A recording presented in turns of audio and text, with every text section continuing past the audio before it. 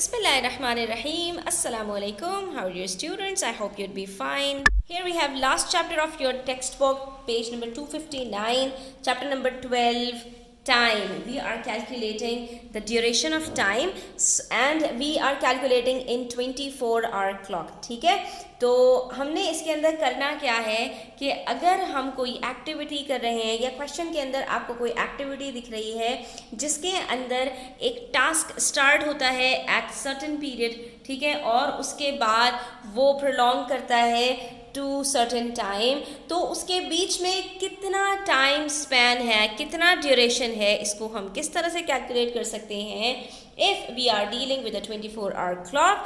तो उसी के रिलेटेड हम क्वेश्चंस आज करने वाले हैं। वीडियो एंड तक देखिएगा, स्किप मत कीजिएगा, बहुत इंटरेस्टिंग और बहुत ही आपके लिए इंफॉर्मेटिव होने वाली है ये वीडियो, ठीक है। तो स्टार्ट करते हैं पेज नंबर 259 के ऊपर, question number 1 which says we can use a timeline to show the time taken, ठीक है।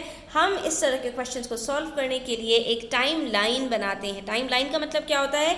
एक लाइन बनाते हैं जिसके ऊपर हम स्टार्टिंग टाइम, फिनिशिंग टाइम या बीच में कोई और हमारे पास पॉज आता है, तो उन सारी चीज़ों को हम इस टाइम लाइन के ऊपर मेंशन कर देते हैं, ठीक है। तो अब सवाल हमसे ये पूछा जा रहा है कि पेज नंबर 258 के ऊपर आइए, यहाँ पर हमसे कह रहे हैं Kate reached the shopping centre at 11:35। Kate के यहाँ पर हमें रीचिंग टाइम बता रहे हैं कि केट पहुँच गई शॉपिंग सेंटर के ऊपर 11:35 पर। 24-hour क्लॉक है, इसके अंदर हमारे पास जो टाइम स्टार्ट होता है वो रात के 12 बजे, जिसको 00 कहते हैं, वहाँ से अगले दिन के रात पर हमारे पास 24-hour क्लॉक कंप्लीट होता है, ठीक है। तो इसका मतलब है 11:35 हमें ये बताया जा रहा है कि ये दोपहर के 11:35 है, दैट इज़ 11:35, ठीक है। She spent 1 hour 10 minutes shopping before going home. उस शॉपिंग सेंटर में उसने कितना टाइम स्पेंड किया? 1 घंटा 10 मिनट्स। 1 घंटे के बाद तो आप एग्जैक्टली समझ सकते हैं कि 11:35 से 1 घंटे बाद कितना टाइम हो जाएगा? 12:35, और उसके बाद 10 मिनट्स मोर, तो 12:35 के अंदर मिनट्स हमारे पास 35 है, इसके अंदर हम 10 ऐड करेंगे तो ये बन जाएगा 12:45, ठीक है। उसके बाद हमसे कह रहे हैं at what time did she leave the shopping centre, ठीक है। वो इतने बजे पहुंची थी, तो उसने जब जो है 1 घंटे 10 मिनट्स के बाद घर जो है वो जाना था, तो उसने कितने बजे शॉपिंग सेंटर को लीव किया होगा, जो हमने कैलकुलेट किया, दैट इज़ 12:45। तो अपना चेक करते हैं टाइम लाइन के ऊपर कि क्या हमारा आंसर यही आ रहा है या नहीं। तो ये देखिए यहाँ पर हमने सबसे पहला जो अपना स्टार्टिंग टाइम था, जिस टाइम पर वो शॉपिंग सेंटर पहुँची, वो हमने मेंशन किया, ठीक है। तो आपकी जो लाइन स्टार्ट होती है वो अपने स्टार्टिंग टाइम से होती है। 11:35 हमारे पास स्टार्टिंग टाइम था शॉपिंग सेंटर जहाँ पर पहुँची।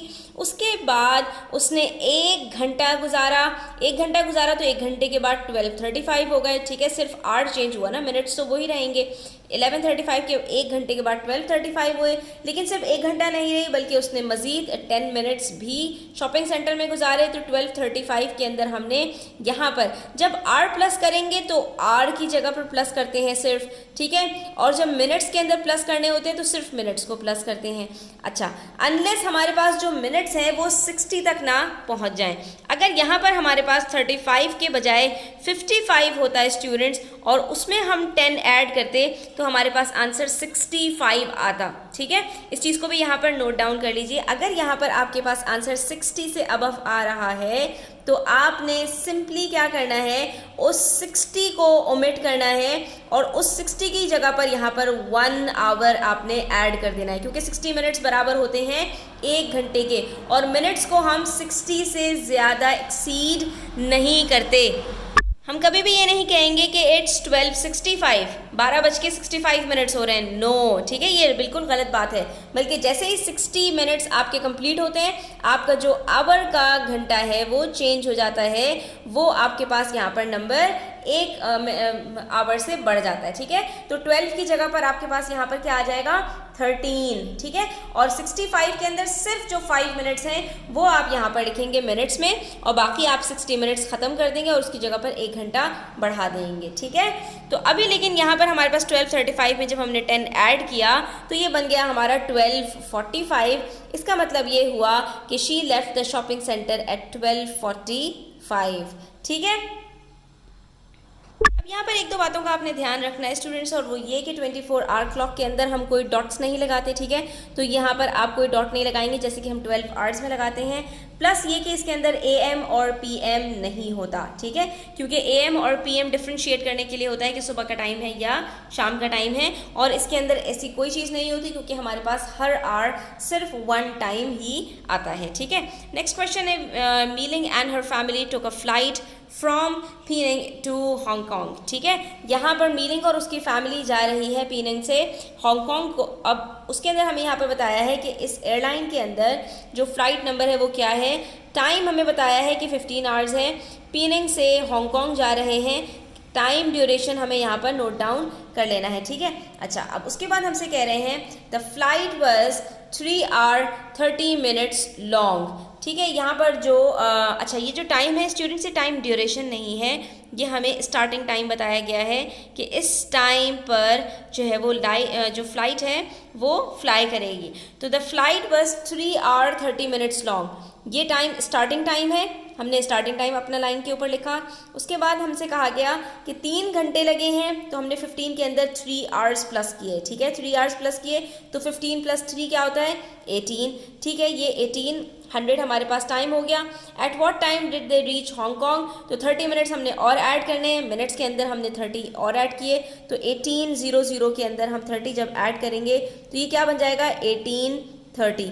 इसका मतलब है कि Meiling and her family reached Hong Kong at 1830, ठीक है। ये हमने यहाँ पर टाइम लिख देना है। सिर्फ आवर और मिनट के बीच में थोड़ा सा गैप होता है, लेकिन इसके अंदर हम कोई डॉट्स वगैरह यूज़ नहीं करते। Similarly we have question number 3 which says Tom left his house at 09:55, ठीक है। टॉम ने अपना घर इस टाइम पर लीव किया। ही रिटर्न्ड होम एट 12:25, 3 घंटे के बाद वो घर वापस लौटा है। How long was he away from home, कितनी देर के लिए। अब यहाँ पर हमसे टाइम ड्यूरेशन पूछ रहे हैं, स्टार्टिंग टाइम भी हमें बता दिया, एंडिंग टाइम भी हमें बता दिया। कभी हमसे ये करेंगे स्टूडेंट्स, स्टार्टिंग टाइम बताएंगे और हमें टाइम ड्यूरेशन बताएंगे, हमने सिर्फ जो एंडिंग टाइम है वो बताना है। कभी हमें स्टार्टिंग टाइम और एंडिंग टाइम दोनों बताया जाएगा तो हमें टाइम ड्यूरेशन कैलकुलेट करना होगा, और कभी ऐसा होगा कि टाइम ड्यूरेशन और एंडिंग टाइम बताया जाएगा, हमने स्टार्टिंग टाइम कैलकुलेट करना होगा, ठीक है। हर क्वेश्चन को हमने बड़े गौर से पढ़ना है कि हमने क्या बताया गया है और क्या हमसे पूछा गया है। तो Tom left his house at 9:55, he returned home at 12:25।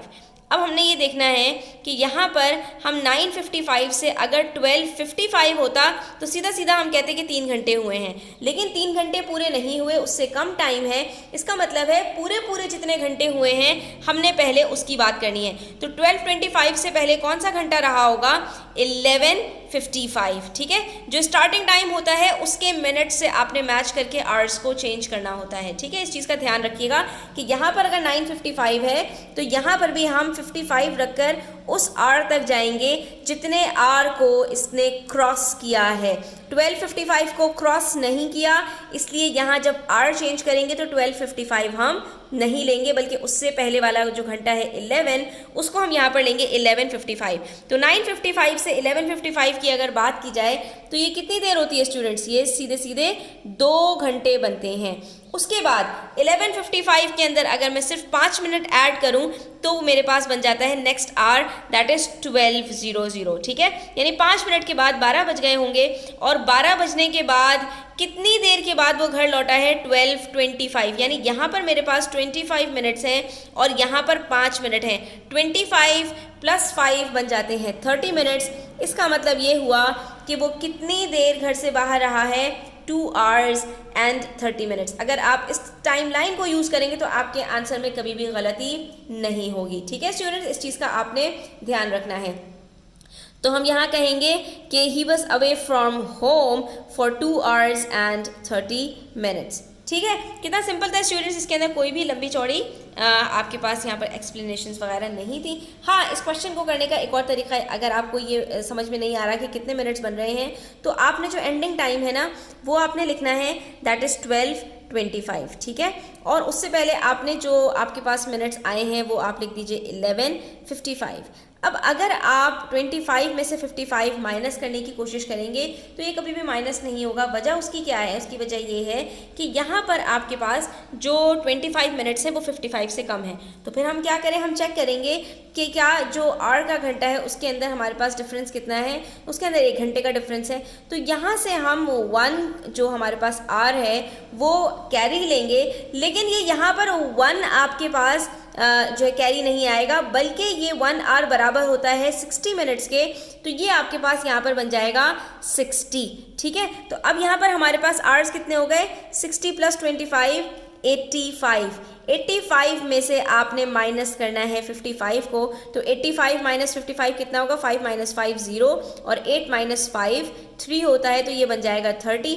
और यहाँ पर ऑलरेडी 11 - 11 बनता है 0, तो इसका मतलब है कि ये बन गए आपके 30 मिनट्स। तो अगर कोई इस तरह से करना चाहे तो वो इस तरह से भी कर सकता है। बात सिर्फ वही है कि आपकी अंडरस्टैंडिंग कितनी अच्छी बिल्ड हुई हुई है और आप क्वेश्चंस को कितनी तरह से डील कर सकते हैं। और ये सारी चीज़ें स्टूडेंट्स आपको प्रैक्टिस से आती हैं, तो ज़्यादा से ज़्यादा प्रैक्टिस किया करें। आज के लिए इतना ही। वीडियो अच्छी लगी हो तो लाइक कीजिएगा, अपने फ्रेंड्स के साथ शेयर कीजिएगा।